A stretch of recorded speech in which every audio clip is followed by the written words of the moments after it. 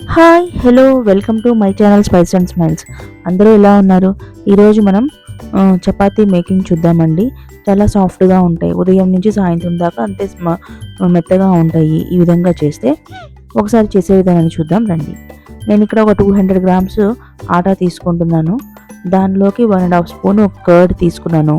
అలానే ఒక 1/2 spoon salt తీసుకొని ఒక 1 గ్లాస్ వాటర్లో మిక్స్ చేస్తూ కొద్దిగా వాటర్ పోస్తూ మిక్స్ చేస్తూ బాగా ఉండలాగా మెత్తగా డౌని ప్రిపేర్ చేసుకున్నాను.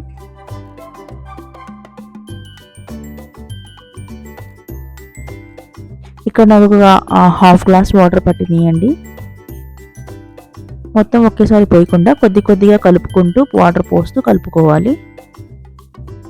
ఇలా కర్డ్ వేయడం వల్ల చపాతీలు బాగా మెత్తగా వస్తాయి.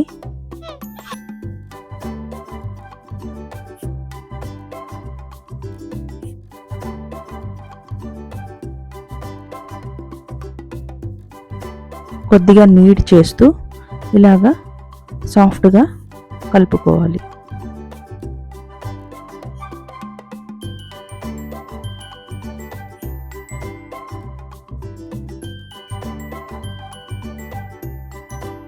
చూడండి, ఇలా సాఫ్ట్గా ఉండాలా. దీన్ని ఒక మూత పెట్టి పక్కన పెట్టేయండి. ఒక 15 to 20 మినిట్స్ బాగా నాననివ్వండి. పక్కన పెట్టేసేయండి. ఆ తర్వాత మనం తీసుకున్న డౌలో చిన్న 4 ఉండలుగా తీసుకున్నాను. వీటన్నిటిని ముందుగా చపాతీలుగా చేసుకోవాలి. దానికోసం అని కొద్దిగా పిండి తీసుకొని ఇలాగ రౌండ్గా చేశాను చిన్నగా. ఇందులో నేను ఒక 2 స్పూన్స్ ఆయిల్ వేస్తున్నాను. ఇలా చేసి ఇలా ఒక ట్రయాంగిల్ లాగా చేసి పక్కన పెట్టేయండి. మిగతా ఉండలన్నిటిని ఈ విధంగానే చేసేయండి.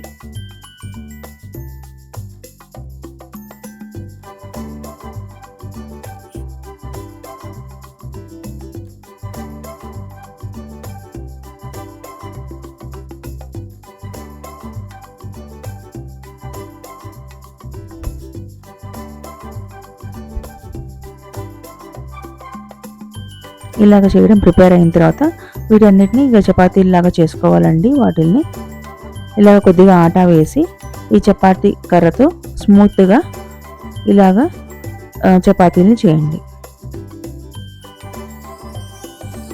ఇలాగ అన్ని ఉండల్ని చపాతీగా కంప్లీట్ చేసిన తర్వాత ఇంకా మనం స్టవ్ మీద పెనం పెట్టాలండి.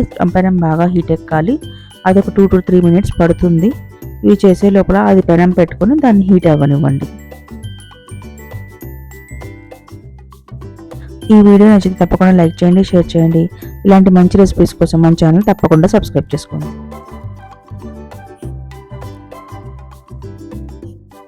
ఈ విధంగా అన్ని చపాతీలు కంప్లీట్ అయిన తర్వాత స్టవ్ మీద మనం బాగా హీట్ ఎక్కిందేమో చూడండి. బాగా హీట్ ఎక్కితే మనము సాఫ్ట్గా ఉంటాయండి చపాతీలు. ఈ విధంగా బాగా హీట్ ఎక్కిన తర్వాత ఇంకొక చపాతీని వేసి కాల్చండి. ఇలాగ వేసిన తర్వాత అది ఒక 1 సైడ్ వేయంగానే అది ఒక సైడ్ బబుల్స్ వస్తూ ఉంటాయండి చిన్నగా. అప్పుడు నెక్స్ట్ సైడ్కి టర్న్ చేసేయండి.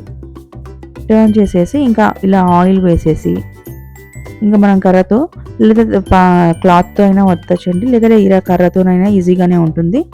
సో ఇలాగా మధ్యలో లైట్గా ప్రెస్ చేయండి. ఇలాగ చేయడం వల్ల చుట్టూ అంతా కాలుతుంది చపాతీ. ఈ సైడ్స్ ఈ అంచుల చుట్టూతో అలా అవ్వగానే తీసేసేయండి.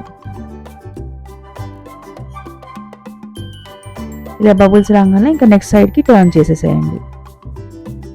ఇప్పుడు ఆయిల్ని స్ప్రింకిల్ చేయండి.